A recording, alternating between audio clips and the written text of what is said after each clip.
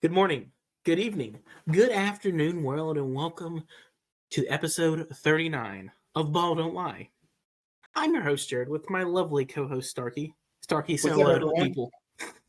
Hi, We're people. doing here on the 11/1/22, folks. Beautiful day.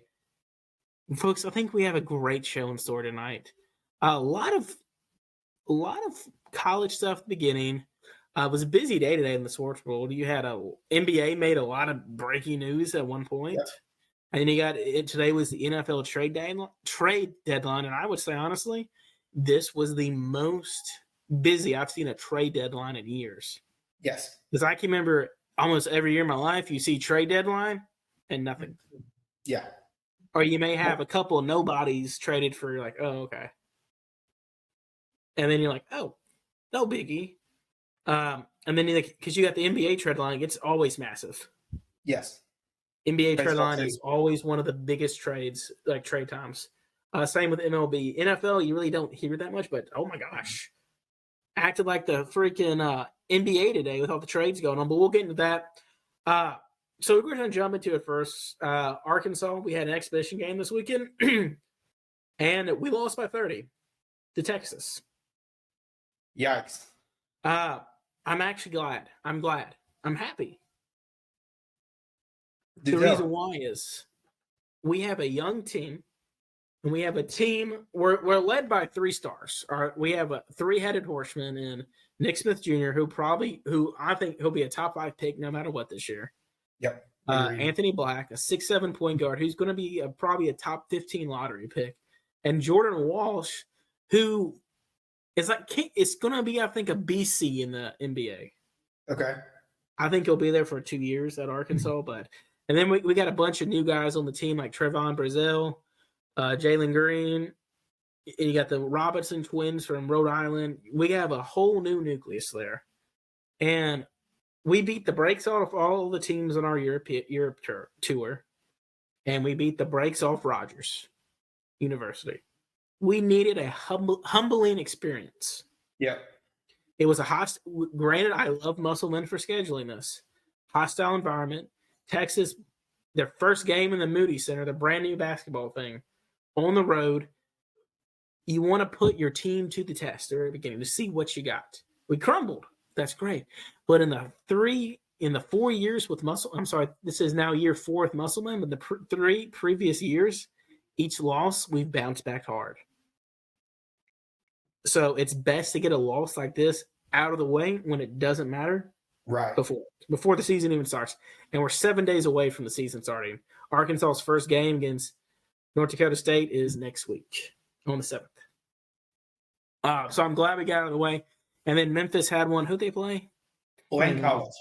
Yeah, Lane College. Bonzi Wells still the coach there, right? Former Grizzly great. Yes. I love Yes, Bonzi. Well, Favorite Bonzi memory is him punting the ball into the stands. Favorite Bonzi memory. But I didn't watch it. I don't really have any of the stats. All I know is everyone on Monday said, this Memphis team sucks. We cannot shoot it. It will be a struggle this year. So with that being said, folks, we're in for a long season with old Penny. So that's it for the college basketball portion. But let's jump into college football. We had a great action-packed weekend. And, just when NBA is making some news today and NFL is making all the trade rumors, college football says not so fast, in the words of Lee Corso. Starkey, I believe you have some breaking news for us. Yes, sir.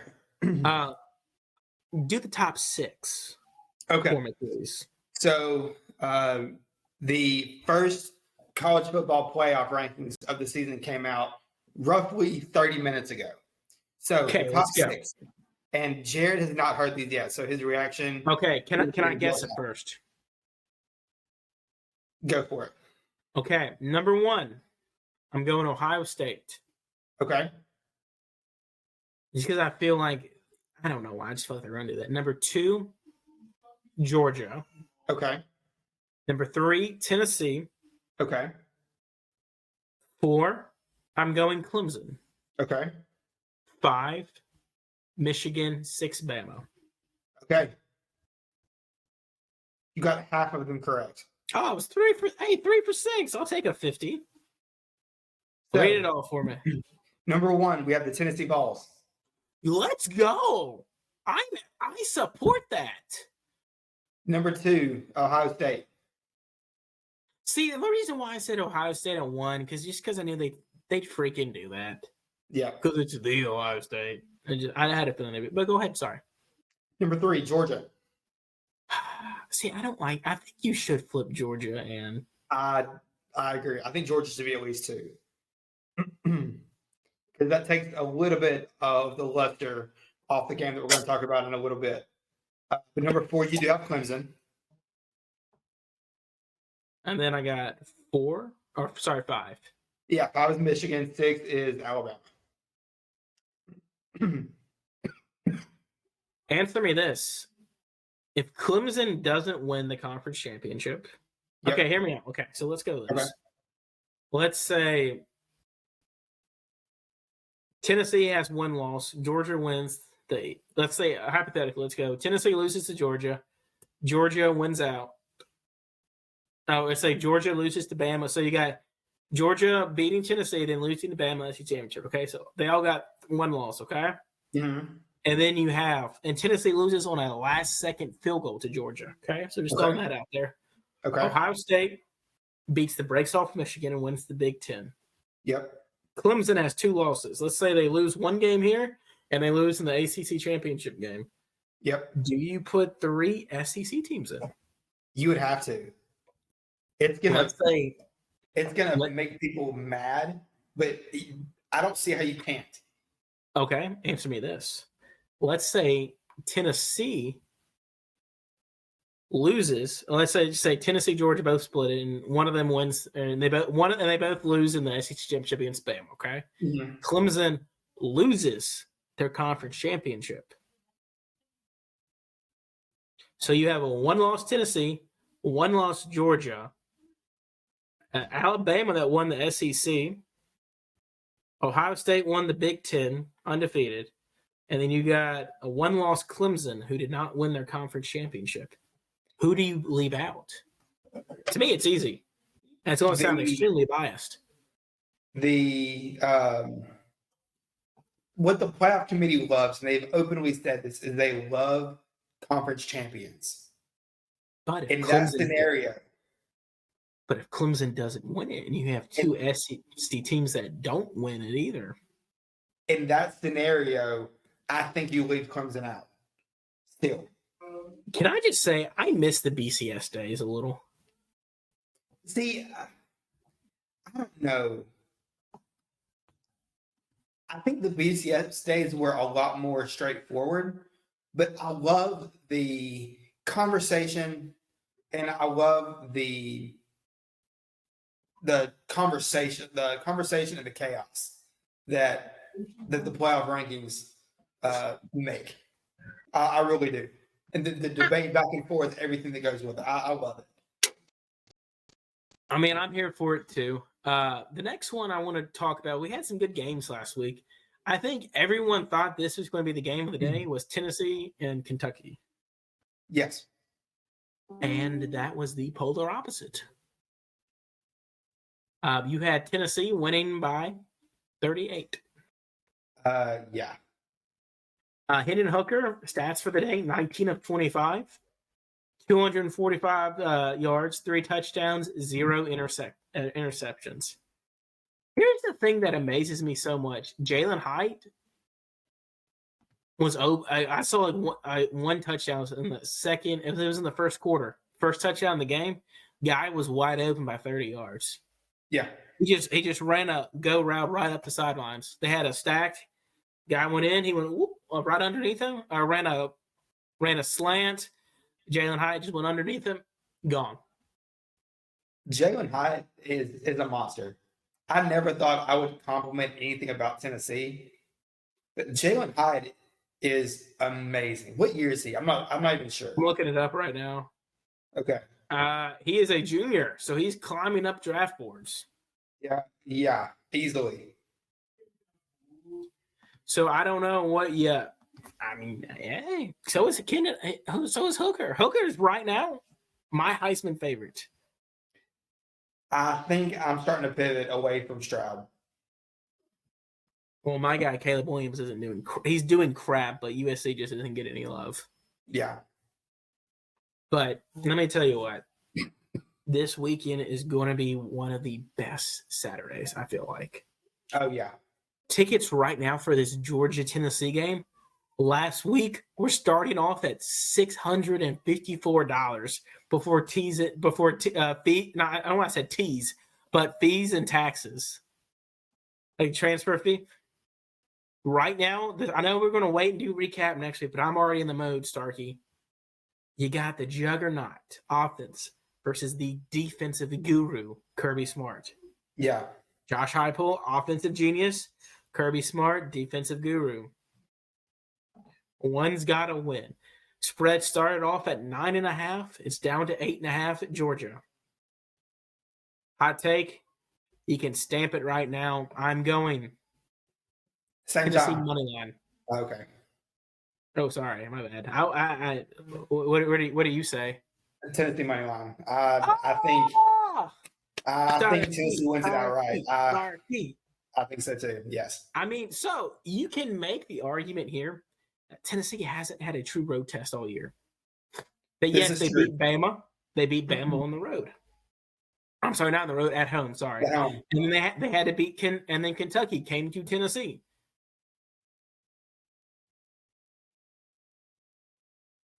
I'm just saying, it's your time.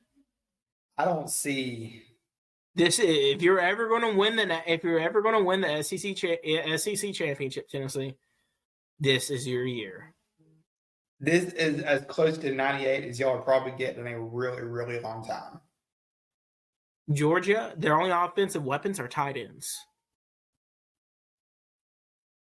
So the last time a team led the country in scoring and had a top 30 defense was the 2019 LSU Tigers.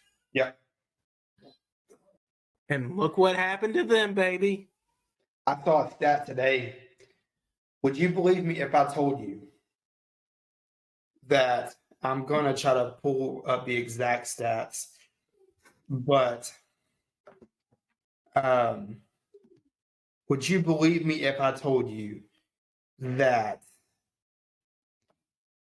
Tennessee has more points per game?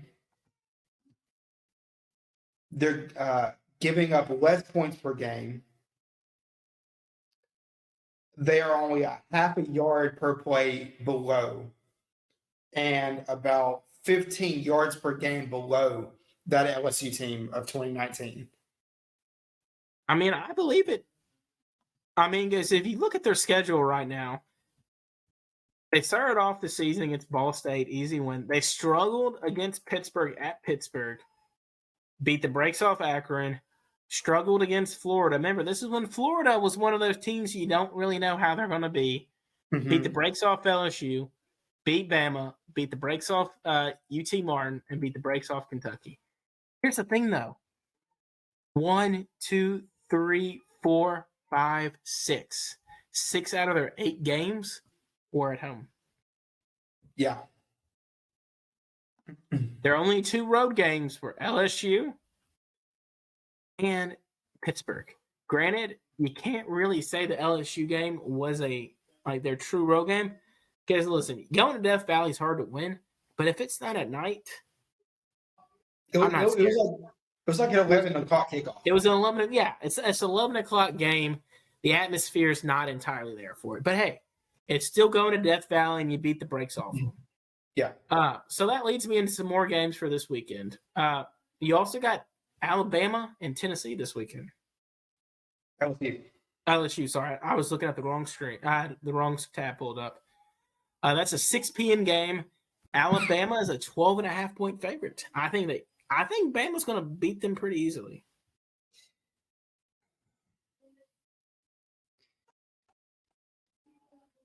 I'm not going to go as far as to say give me LSU money line, but I think LSU at least covers the spread.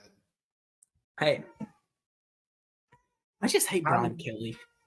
I don't like Brian Kelly. And it pisses me off that he's having so much success right now. Yeah. He's a scumbag of a human being. But I think Jaden Daniels has finally flipped that switch, and he's become the quarterback that they expected whenever they went and got him from Arizona State. And then we got Arkansas played last week against Auburn. Granted, the score says 41-27. The score was a lot worse than that, folks. We had the second and third stringers in when they still had their ones in halfway through the fourth quarter. Yeah. I think we pulled all the ones at the 8-minute mark. That sounds about right. And they had all their guys in. So, yeah. And then what's funny is people were saying after the game, we need to fire Barry Odom. The DC, I'm like, folks, he gave up all these yards to a quarterback. I was like, honestly, about 125 of those passing yards the guy had came against our 2s and 3s. Yeah. In the fourth quarter when no one was really going all they were, but you know what I mean? We have a tough game this week. We have a top 20. We play Liberty. Okay. It scares me. That is a trap game. Hugh Freeze just signed a massive extension, but any Power 5 school will buy him out in a heartbeat with that. Because of I believe he signed a fully guaranteed 8-year, $40 million contract. His buyout is only 20. Oh, that's chump change for any. Even the $40 million is chump change for any SEC school. For Auburn, yes. No, for anyone. Heck, I was talking to my dad. Memphis could buy that out if they wanted to. Yeah. You mean they can't call Fred Smith right now and say, "Hey, Fred, we need $40 million"? You're probably almost a trillionaire, Fred. You can share just a few cents. Yeah, for sure. So we got a tough game, and I just want everybody to know Rocket Sanders is legit. Yes. We were texting about that game on Saturday. I didn't realize that the number 5 for running backs is an honor thing, like Chucky Mullins wearing number 38. But Rocket Sanders is definitely earning that jersey number. He got recruited as he was supposed to either play a linebacker for us or he's going to play wide receiver for us at 6'2", 230. And they put him at running back last year, and he just killed it. They were going to move him to slot wide receiver this year. Hey, if they put him, keep him in the backfield for sure, but if they ever line him up in the slot, I'm not sure there's anyone that could catch him. I texted some of Mississippi State people, and I said, we probably still would have lost to Mississippi State, but I'm telling you, if we had KJ in that game, yeah, I think we would have made it a way better game. I mean, it was a blowout, but it would have been a lot closer than what it is. Y'all struggled tremendously this weekend. Yes, we did.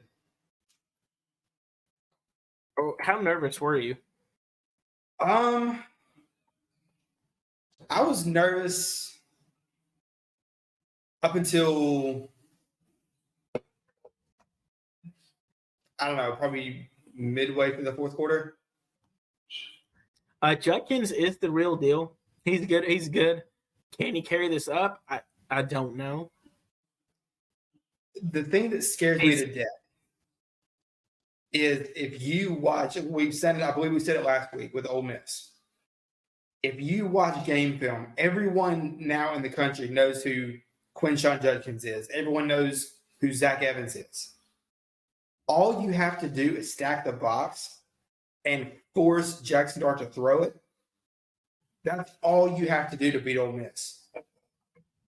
Because as he's progressed throughout the season, but I'm still not sure I'm at the point where I trust Jackson Dart when it counts.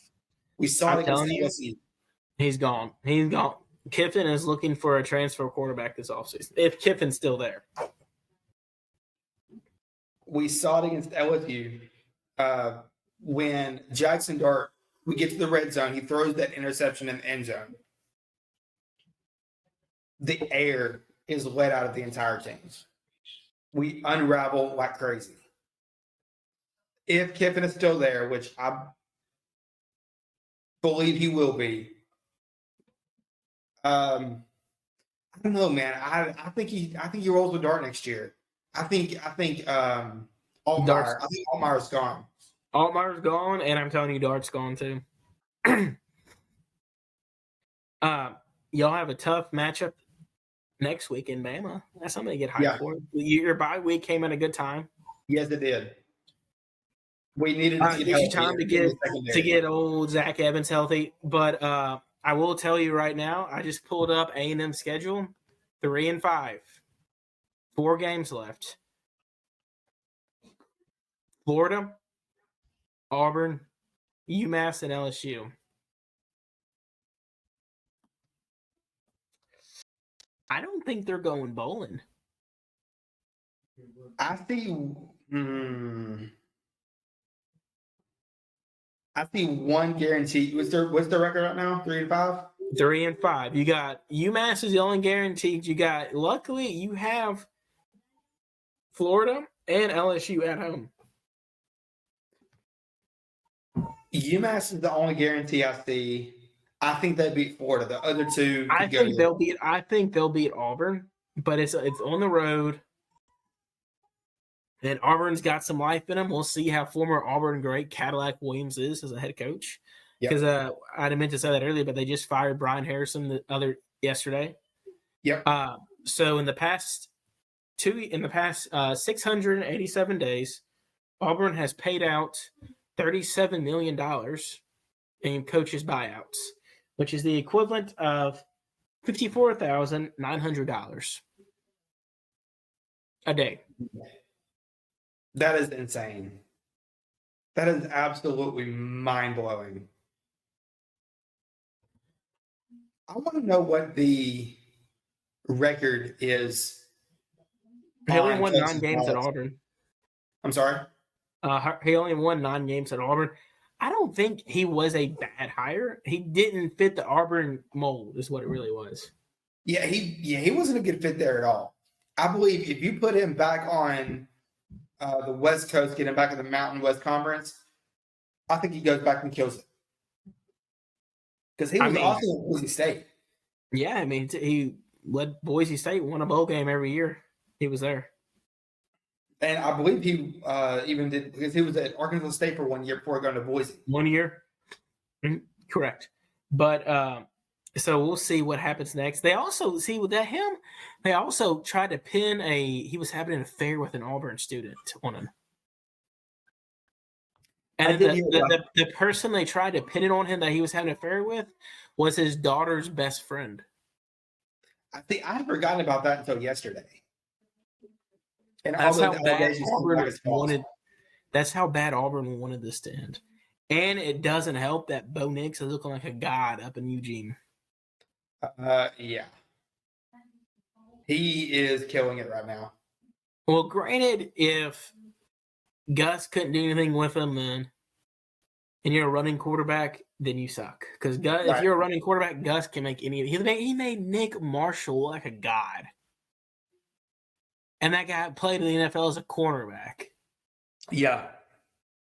I mean, heck, he's making John Rice Plumlee look a god in UCF, which leads me into another big game this weekend. Yeah. Memphis is 3.5-point underdogs this weekend against UCF. Season is, I would say, on the line. If Plumlee played in that game, I dare say that line would be a lot bigger. He is. Well, I mean, I wouldn't say this one game has it on the line, but if Silverfield wins this game, they're saying he will keep his job for 1 more year, no matter what happens. So, as a Memphis fan, as yourself, are you cheering for Memphis to win or for them to lose? See, I think just like bias. I think with the situation now, I'm pulling for Memphis. If before Plumlee got hurt, I was pulling for UCF because I'm a ride or die John Rice Plumlee guy. No rhyme intended. I was actually thinking about going to that game until he got hurt. But if Memphis wins this game, I will be happy for them. I think it's going to be a big shot in the arm they need for the program. Do you know? Do you know what happened 3 years ago? Yesterday or today and tomorrow? College game day came to Memphis. Yes. Oh, how the mighty have fallen! 3 years out. Program was at an all-time high, and I've said it before. Fire Silverfield. I'm hoping they kind of. I hate to say it. I hope they lose. I want him gone. I hate it for the kids. I want Silverfield gone. Which brings me to if you make it to a bowl game, they're keeping him. You already know it. Yeah. I hate that I'm cheering against this team, that I would go sit in the stands and there maybe be 2,000 people there during the Larry Porter years or Tommy West years. Yeah. It's just sad that you hate the pro. You can't even get fans. Like, I guarantee this weekend there will be less than 25,000 fans. I'm going 20,000 fans there this weekend. Mm-hmm. I can see that. And Ole Miss ain't playing this weekend. State's not playing this weekend. Yeah. So you're really the only big ticket in the region. And you probably still won't even be able to. I'm sorry, State does play this weekend. My bad. They play Auburn this weekend. Okay. Is it in Starkville or? It is in Starkville. Okay. So, I mean, you got a 2:30 game. You should still get fans there, but yeah, you should get him out. Get Ryan out. That's something I was going to say, but not going to think of what it was. I know I shouldn't say this. My grandma up above is probably looking down at me, probably yelling at me for saying it, but I hope Memphis loses this weekend just because I want Silverfield gone. And I love this. I love the program. I got a D'Angelo Williams photo right across from me. Mm-hmm. I hate it. I hate seeing the program where it is, but you got to get the right man on the job. And I feel like if they go to a bowl game this year, they're going to keep him for one more year. Yeah. And that's the most idiotic thing I've ever seen. I remember what I was going to say. Go ahead. You made a good point. You said that you hate it for the players. I read on Twitter last week, I believe sometime, somebody made a great point. This is why, even if you think he's the right guy for the job, this is why you don't hire who the players want. Because 9 times out of 10, it does not work out. You look at Ryan Silverfield at Memphis. Hasn't worked out so far. That's who the players want. I apologize to all of my Ole Miss fellow fans. You look at Matt Luke. Did not work out well at all in Oxford. Well, you do not hire who the players want. So back to your Matt Luke thing real fast, make it short. I think that was all you could get at the moment with what you had with it. So the players probably did want that. And I think the only reason why they did hire Matt Luke is because they're like, nobody else is going to come here because we don't know what we're about to get hit with. That's very true. That's a good point. Because you knew you were going to hit with something. You just don't know how big it is. And no coach is going to come down there and agree to something that knowing good and well that 2 to 5 years from now, he could be on postseason ban, lost scholarships, stuff like that. So that's money out of his pocket. Yeah. That's very true. Let's jump into the NFL. Let's do it. Big day today. A lot of trades. Yes, there were. I was very shocked Dallas did not make a move today. Super Bowl champions, future Super Bowl champions, Dallas Cowboys, with Defensive Player of the Year / the best defensive player of all time, Micah Parsons, did not make a move. Especially for Brandon Cooks, wanted him. Yeah. He was he was rumored to go to a lot of different teams. So what you said about the trade deadline, they said that today was the busiest NFL trade deadline in history. A record, believe it or not. And if this number should shock you because we're so used to the MLB and the NBA. A record 10 trades happened today. I'm here for it. I support that. Oh, I do too. But it's so crazy to hear a number like that because I was thinking about this today. At the NBA trade deadline, you might have 10 trades in an hour. Yeah, especially at the very end. This happened 10 trades today. Overall, there were 18 trades that happened, but 10 of those coming today. So I know you're going to break it down, but real fast, 3 trades that shocked me the most today. Okay. Calvin Ridley. Yes. That was definitely one I was going to talk about. Suspended for gambling. And you know what's even funnier? The game he gambled on was Falcons Jaguars. Yep. How ironic is that? Yes. And then I was also extremely shocked that T.J. Hockenson got traded. Yeah, I don't think anybody saw that one coming either. I mean, he was part of he was only like 3 years in the league. Mm-hmm. And you're giving away arguably one of the best youngest tight ends in the NFL. Granted, he's not the best. He's not like a top 5, but he's 3 years into the league. Sorry, 1, 2. This is year 4. Sorry. Great tight end, tons of potential. Yeah. And you're technically still rebuilding. Yeah. And you need more offensive weapons because you're going to have a top draft pick next year, and you're going to draft a quarterback, and you want to give that quarterback a security blanket. Besides Amon St. Brown and Hutchinson's was that. Yep, he was. It's just thing you could have had like let's say Hendon Hooker goes 1. They take him. You got DeAndre Swift, Amon St. Brown, Hutchinson's. That's a good young core. That's a great young core. But and then the other one was still on the blind side. Oh yeah, then you got Hutchinson on the defense. And you got Sewell too. I mean Sewell, yes. Sewell, I love Sewell. You are a big Sewell guy. I am. He should have gone number 1 in that draft. If it wasn't for Joe Burrow, he would have gone number 1. I agree. But no, I'm sorry, it wasn't Joe Burrow. It was who went that year? It's COVID year. Yeah. That was the 20 draft, yeah. That was a better year. No. It was the Jamar Chase draft. Because everyone wanted them to. I was big on them taking Sewell because I was like, protect Burrow. Speaking of that, how about what the crap is up with the Bengals? Oh, dude, I don't even know.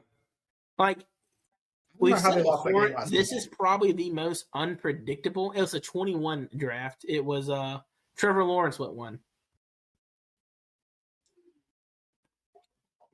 Because it went Lawrence, Wilson, Lance, Pitts, Chase, Waddle, Sewell. Yeah. Micah Parsons went 12. Best pick ever. Whoop, whoop. 100% supported it that night. Yeah, okay.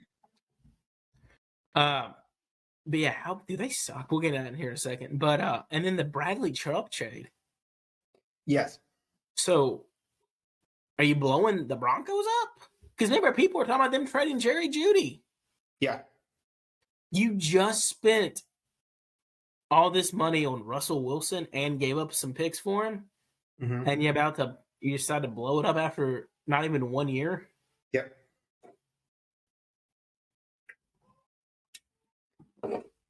Those were I will say those were the 3 biggest trades of the day. I didn't even realize Chase Edmonds got traded.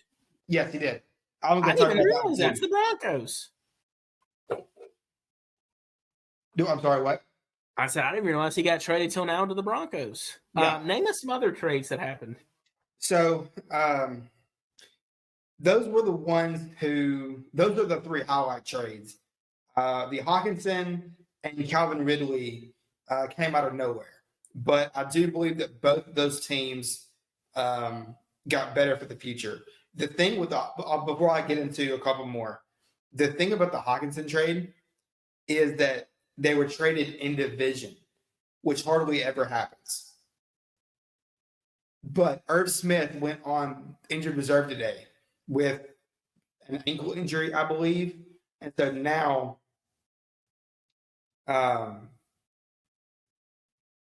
Minnesota has a tight end to step up for Irv now that he's not there.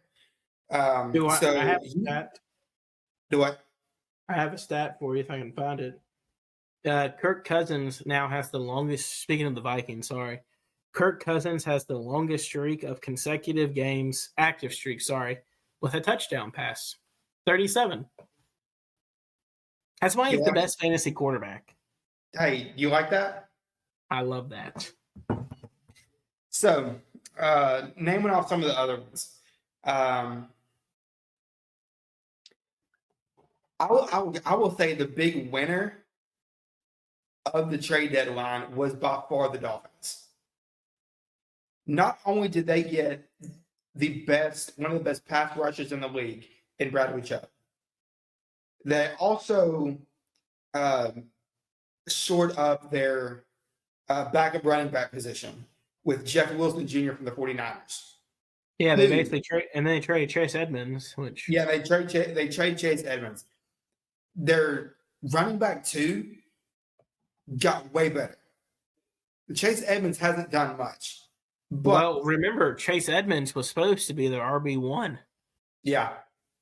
And Raheem was supposed to be the 2, but then Raheem overtook the 1. Yeah. And so keep in mind now that Raheem Mostert and Jeff Wilson Jr. are both back with their offensive coordinator who was in San Francisco, now the head coach of the Dolphins. What were your thoughts? We talked about this one at work, the Chase Claypool trade to the Bears. I think it was smart. Really? I thought it was the most retarded trade ever. So Pickett is struggling right now, obviously. Kenny Pickett is. From what I'm hearing, they know that Pickett's not ready. Yeah. Chase Claypool, Chicago had to go out and do something. What? Well, I get they didn't really have to, because here's the thing: they just gave away their 2 best defensive players, Robert Quinn and Roquan Smith. Yes, but they have mortgaged their future on Justin Fields, who right now is looking mediocre at best. They have to get that dude some weapons. And they only gave up, I believe, a second rounder next year for Chase Claypool. Well, see, I think it was the second rounder they got from Baltimore. I think because they got a 2nd and a 5 for him. So it could be the next year one. But here's the thing, Claypool. He's got, this is year 3 for him. Mm-hmm. He's got right at 2,000 yards, or he's got 1,990 receiving yards, 12 touchdowns. He hasn't been good since his rookie year. Right. And so where he had 11 total touchdowns. Yeah. I mean, he's not worth a 2. Can we just say who the biggest loser? Oh, go ahead. Do you have anything else to add? I don't know. I think you could have kept that 2 to get a better weapon or build the offensive line to protect Fields, to give him time to throw. 2 more I want to hit on very quickly. I feel like my second may be your biggest loser. I don't know. Go. First one is the Kadarius Toney trade from the Giants to the Chiefs. Steal. Absolute steal, 100%.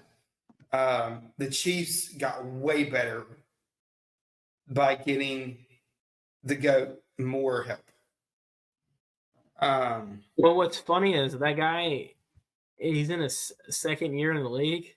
Mm-hmm. He still doesn't have a touchdown pass. Yeah. Well, I mean, he'll finally get it first. Yeah, I mean, you look at Kyle Pitts, he's the same way. I mean, they only gave up a 3rd and a 6th for him, so that's not terrible. Yeah.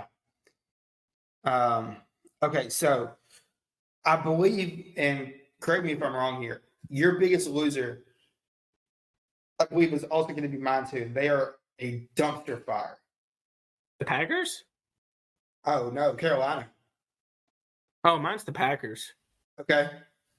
Because you had a chance to get Claypool, Cooks, Jerry Jeudy. Yep. Was apparently on the market. Yep. And who did you get? No one. Who is their GM? I forgot it. I'm not sure. I'm looking it up. It is Mr. Brian Gunkist. Okay. Gunkist. I probably butchered the last name. I don't really care. He sucks. I don't know why he hates Aaron Rodgers or what Aaron Rodgers did to piss him off. But this guy just refuses to get that man help. Like, over the weekend, Sunday night, his starting wide receivers were Sammy Watkins, who's a bum. Yep. And Randall Cobb. Oh, no, Randall Cobb was hurt. Yeah, Sammy Watkins was wide receiver 1. Yeah, Alan Lazard's been hurt all freaking year. Had some fantasy leagues, and he's hurt me. So, did they end up with Christian Watson? I can't remember. Yeah, they did. He got hurt. He got hurt on Sunday night. He got knocked out. Because they spent a first round on Tay Walker, got ejected. Yeah. For the sideline incident. Yeah. But that was mine. Why were the Panthers your biggest losers? So they got picks for sure. And they gave up arguably their wideout 1 and their running back 1. For Robbie Anderson, they got a 2024 6th and a 2025 7. So they didn't. That's not bad. Robbie Anderson's not good. He had 1 good year. He looks like a freaking, what's her name from Rugrats? Oh, Angelica, Cynthia. Cynthia. His hair looks like freaking Cynthia from the Rugrats. But here's the kicker. Here's the one that really messed over Carolina. Was the Christian McCaffrey trade to the 49ers. I hate this with a passion. You only hate it because he went to your division. And he absolutely wrecked us on Sunday. First player since 2005 with a touchdown trifecta. Rushing, receiving, and passing. Do you know who the other 2 players are? I saw it the other day, but I can't remember. Sweetness. Walter Payton. Guess you know the other one. He played in the 2000s, about 2012. I'm drawing a blank. I'm drawing an absolute blank right now. He wore 21.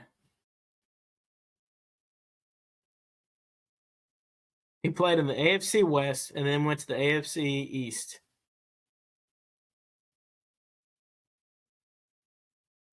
He was the 2nd overall pick in his draft class. What year? I don't know, like 2000. Where did he play? TCU. He's known for wearing a Darth Vader style face mask. Was it LT? It was LT.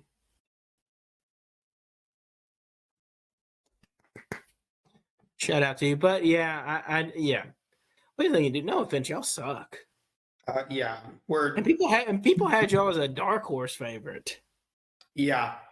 So real quick, let me finish up this CMC trade. The Panthers got a 3rd rounder next year, a 4th rounder next year, and a 5th rounder in 2024. They're obviously in rebuild mode. They are. 1,000%. But to get back to what we were just talking about, yes. All right. Can I preach for a second? All right, go ahead. All right. I need to practice anyway. So, LA did nothing today. All right. You made a good point. We were texting off the air. we don't have anything we could have given up. We were linked to Brandon Cooks. We were linked to Kareem Hunt. We were in the if there was a running back, he was linked to the Rams at one point or another. Both of those guys in particular would have been anywhere from a 4th to 6th round pick. We could have gotten either one of those guys for. Maybe, maybe, probably not Hunt. They won like a 2nd for Hunt. Okay, the thing I was reading was like we could have gotten for a 4th because I think Hines went for a 5th. Hines is okay. But he's a great receiver. He'd be a better receiver than he would a running back. Anyway, go ahead. I agree with that. We need running back. We need pass rush. We have one of the worst pass rushes in the league. Actually, my opinion, you need more of an offensive line than anything. But we desperately need an offensive line. Matt Stafford is going to end up in a retirement home after the season. And then y'all are still going to play Cooper Kupp this weekend with ankle swollenness. That's your future. And y'all going to let that man play with ankle issues already. I love it. Yeah, so I'm upset right now. Okay, another one I forgot. Cam Akers requested a trade like 2 weeks ago. He hasn't played in 3 weeks. They said philosophical differences between him and Sean McVay. Hasn't played in 3 weeks. Requested a trade. We could have dumped him off somewhere and gotten something back for him. I don't think anybody wanted him because they want to running back you a pass block. Yeah, that's true. That's very true. But instead, what are we going to have to do now? Let him walk for free. Not rebuild during the draft because y'all have no picks. Yeah, yes. We still don't have a first-round draft pick until 2024. Let's go! I'm shocked that we still have that. News broke today that Les Snead, the Rams GM, offered 2 future first-round draft picks to the Carolina Panthers for Brian Burns.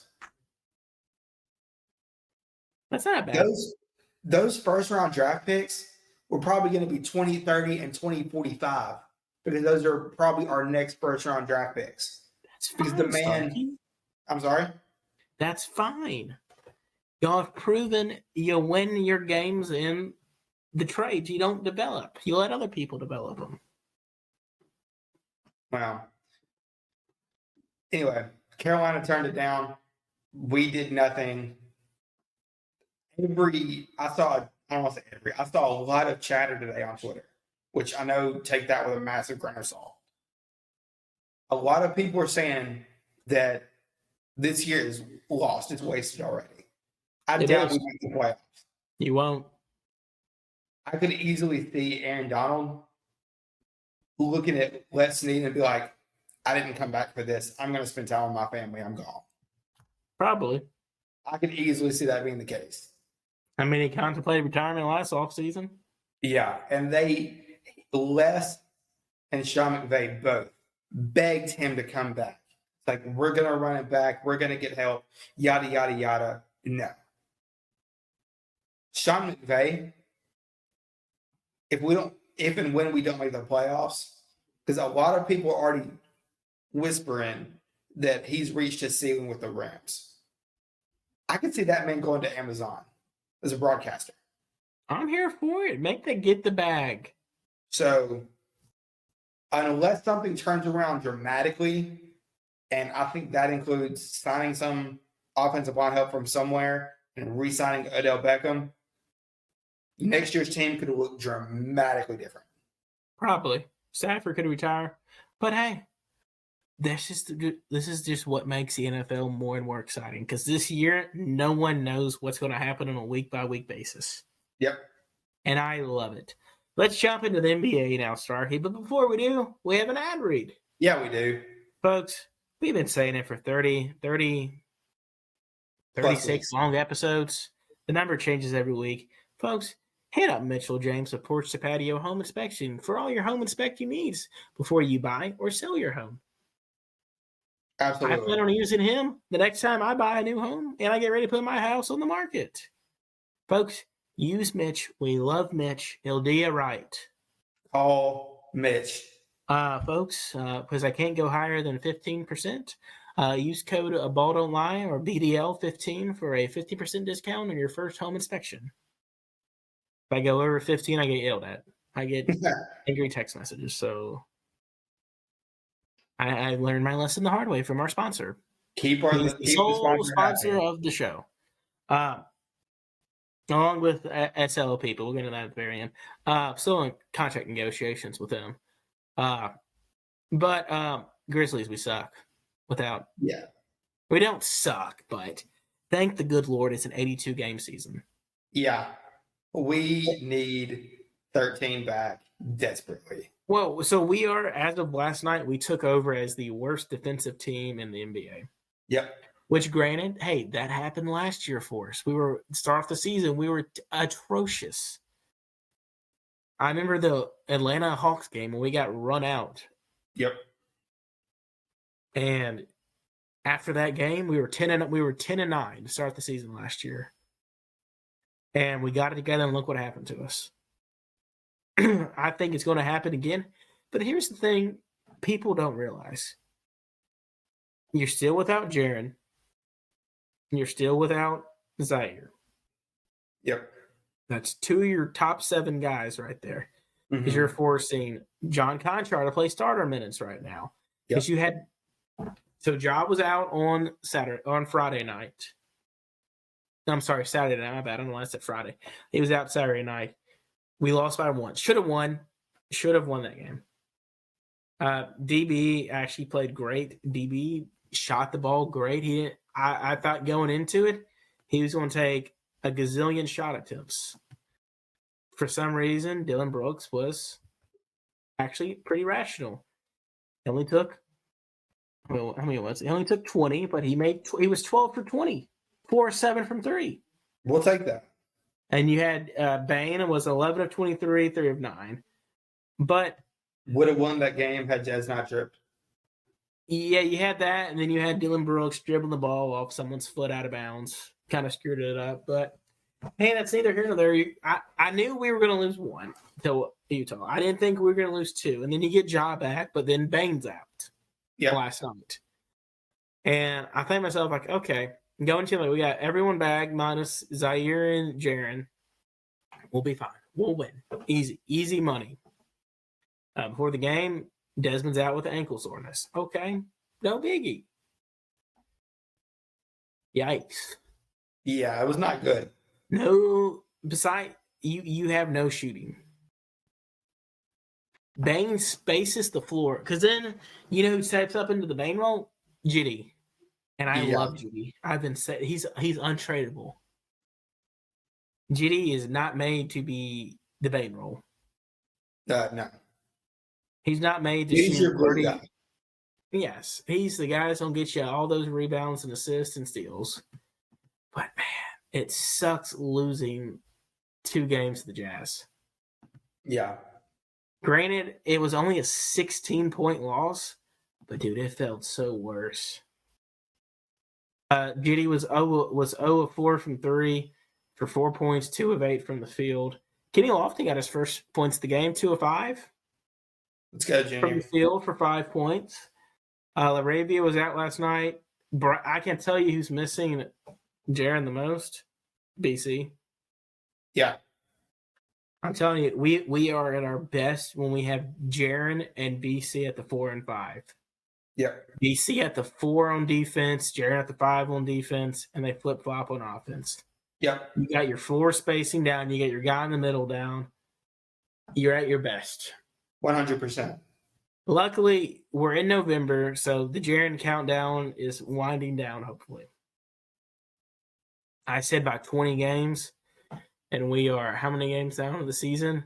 9, I We're believe. 7 games into the season. 7. 11 more games. Well, 13 more games, sorry.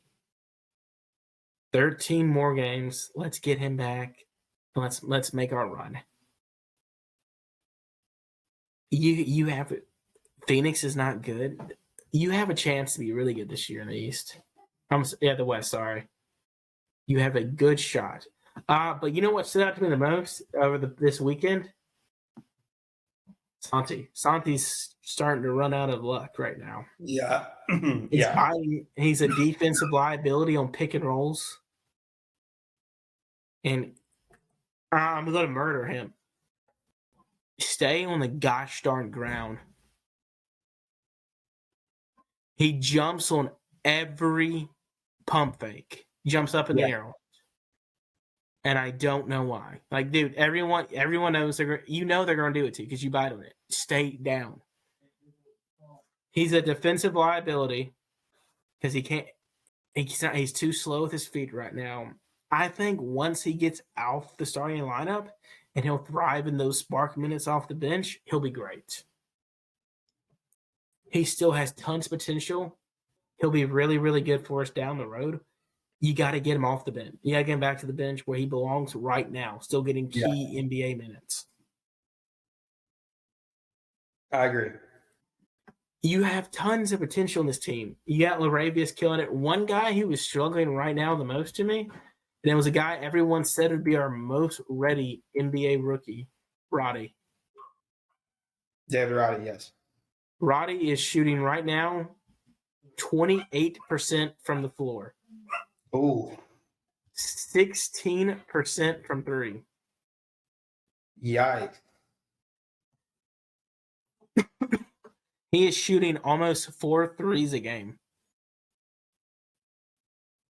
He's kind of like the younger Dylan Brooks right now. He lets it fly. And I like it. His shot's going to go down eventually. But, dude, same thing I tell DB. Either make your shots or take less shots. Right. Simple as that. With that said, question for you. Go ahead. Do you see Roddy, given how badly he's struggling right now, do you see him at South Haven at all until he can figure it out?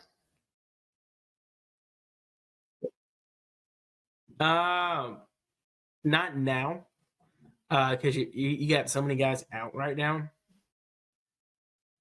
He won't go to South Haven until he gets Zaire back. Zaire and Jaren back, both of them back. Laravia is ready. You don't have to worry about Laravia. Yeah, I'm not worried about Jake. But Roddy, I could see him going down there every now and then, just when they're home. Maybe go down there, just play some, get more acclimated to it. Here's the thing that makes and breaks all these young guys is confidence. Yep. If they're not confident out there, they're going to suck. Yep. So I think, honestly, you get his confidence up, he'll be fine back out there. But we just got to build his confidence up. So Zaire should be back. I think he's got 3 more weeks minimum left. That sounds right, yeah. It's 3 to 5 now left, so we'll see.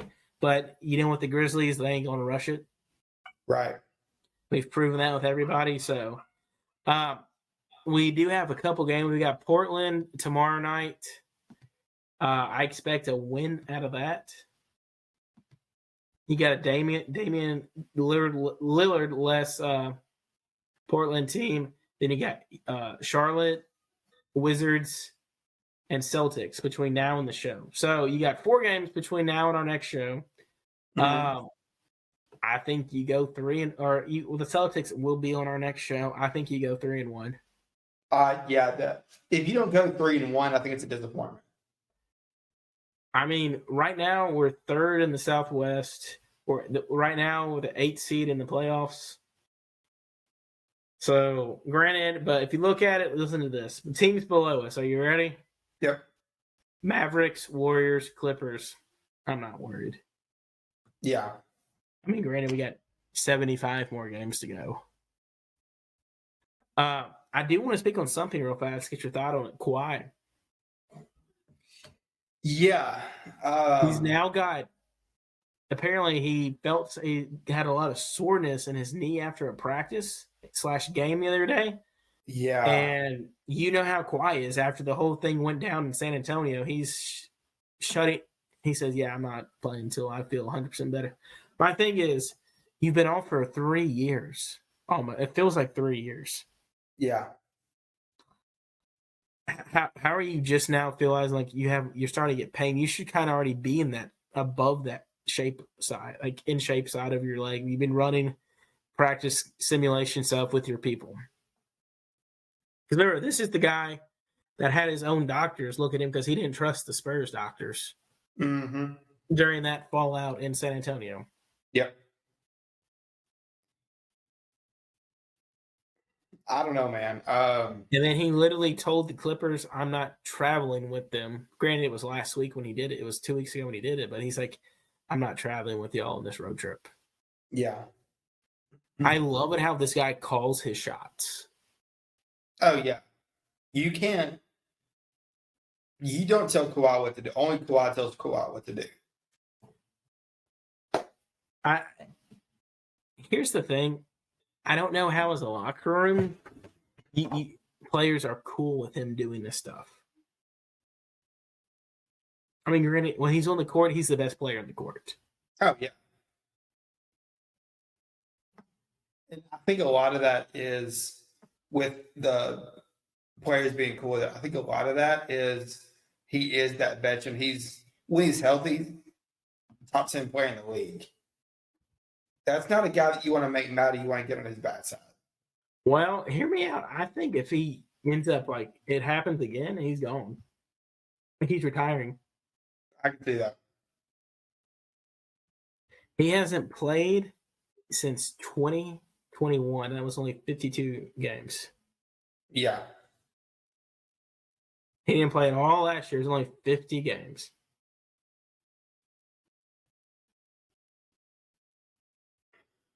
Two years ago. My bad. But here's the thing. I don't think he ever should have left Toronto. Oh, no. Dude. After they got that ring, he could have stayed there for the rest of his career if he wanted to. And they wanted to keep him, but he was like, I want to go to California. But so then we got Russell Westbrook is now the highest paid player in NBA history to start be the sixth man now. Love it. Yep. Love it. On the now 1-5 Lakers. You knew it was coming. I did. They have no draft capital to trade for, so because Genie won't give up the first, like I said last week. And then we had some news today. You had breaking news this morning about 10 o'clock. I think it was 2-ish, but the Nets fired Steve Nash. Yes, they did. You saw it coming. Basically, you knew it was coming at some point if they weren't successful with how bad KD wanted him going this offseason. Yeah. I think KD was the driving force behind this for sure. And you could tell, like, Steve Nash was stressed out this year. They said, like, after the Memphis game, when we played him last week, they said you could see him, like, walking around, like, Biltry at 7 o'clock that morning. They said you could just tell this guy is stressed out of his mind. And now KD and them are getting their guy, Ime Udoka, is now the head coach for him. Yeah. How about that, though? You would think the Celtics would, okay, we'll just trade us something at least for him. Instead, they're like, yeah, you can have him. I think the thing and I actually thought the same thing earlier, but the more I thought about it, I think Ime has tarnished like the Celtics brand so badly that they just want to cut ties with him. They don't want anything to do with him. So like, if you want another job, you do you, bud, type deal. So I'm not totally shocked that they're just letting him walk. Well, now he's going back to where he helped coach, and he's going back to Brooklyn. And I read today that although KD and Kyrie were not asked about the Nash departure, that they both love Ime. Oh, dude, everybody does. They said he's a basketball genius. So that's part of the reason why I was listening to the show, and they said that's part of the reason why they suspended him versus outright releasing, because they wanted to try to keep him away from as long as possible. Yeah. And then like, might as well go. You're going to go eventually now. Exactly. So, folks, a lot indoors for us now. NBA season's about to turn up even more. Jaron, just come. We need you. Trip. Our defense is atrocious. It is atrocious. Yeah, it's bad. So if Jaron comes back and he helps our defense become a top 5 defense in the league, is Jaron the best defensive player of all time? I wouldn't say of all time, but definitely in the league. Put it out there. And we go from last to top 5. Just saying. Makes it all right because of one player. Another thing, too, if you look at it, too, the starting lineup they want is Ja, Bang, DB, Jaron, and Adams. You know how many minutes they've played together? I imagine it's probably less than we think. It's 100. Yeah, that doesn't even shock me. I do. Desmond Bain. I have my trivia for you. Before we end the show, Desmond Bain set a record and became the 5th Grizzly to score 30 points in 3 straight games. Who were the other 4? I'm going to go.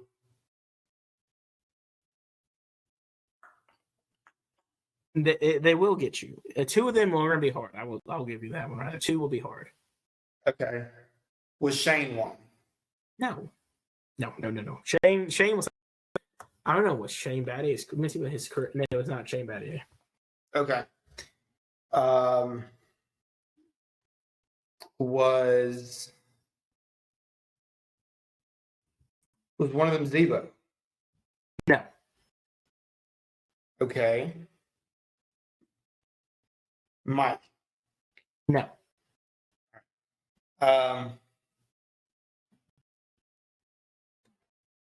Come on, Starkey, think. One of them pretty easy. I'll give you that. Was one of them Ja? Yes, Ja is number 1. All right. Yep. 3 more to go. So we got Ja. We've got. I've already said Mark. You have not said Mark, but Mark one of them. What was the last part you said? Sorry. It is Mark. Mark, you did not. Yeah. So you got 2. You got 2 more to go. Okay, we got Ja. We got Mark. I'm gonna go. And this does go to Vancouver days as well. Oh, okay. Gonna need some help that far back. Not gonna lie. Hit me with the other 2. Starkey, are you ready for your hint? Give it to me. This guy played at Oklahoma State. His nickname was Big Country.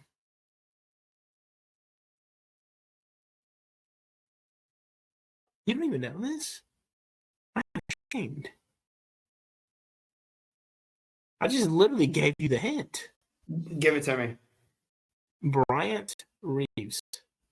Okay. Okay, you're missing one Grizzly.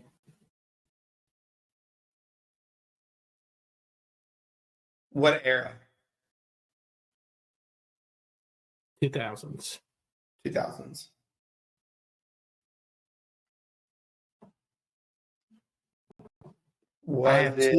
I have 2 of his jerseys. Was it white chocolate? Lord, no. White chocolate couldn't dream of scoring 30. Give it to him, man. I'm blanking. It's been a long day. Pau Gasol. Wow. Okay. The guy deserves his jersey retired, but we haven't yet. Folks, that's going to do us for tonight's show. Starkey, any closing remarks? Because I have one. No, I'm good. What you got? I just would like to end the show on the fact that congratulations to Giselle for joining the club of Eli Manning and Nick Foles for only one of three people that have now taken rings from Tom Brady. Congratulations, Giselle. You are in great company. Folks. Super Bowl champion Giselle, question mark? Yes, Super Bowl MVP, Giselle. Folks, we'll be back better than ever next week. Hopefully the show will be a lot better. Not saying the show wasn't great, but you never know. There's always room for improvement. Always room for improvement. Hopefully Arkansas wins. Hopefully the Grizzlies get back on track. And hopefully Ole Miss wins the bye. And hopefully Memphis fires Silverfield this weekend. Let's go, folks. Be easy out there. Wait, I want to end it on a quote. Let me look off. I had a takeoff quote. Yes, we totally forgot to mention our boy Takeoff. R.I.P. Got shot over a card game at 3. What are you doing after dark? Yeah. In the words of Josh Pastner, how he used to end his post-game shows here at Memphis, nothing good happens after dark. Takeoff, it will not be taken off anymore. Was that a low blow? Yeah, maybe a little. Maybe a little too soon. To end the show, I had to pull it up earlier. Quote from Takeoff. Are you ready for it? Go for it. Where was it?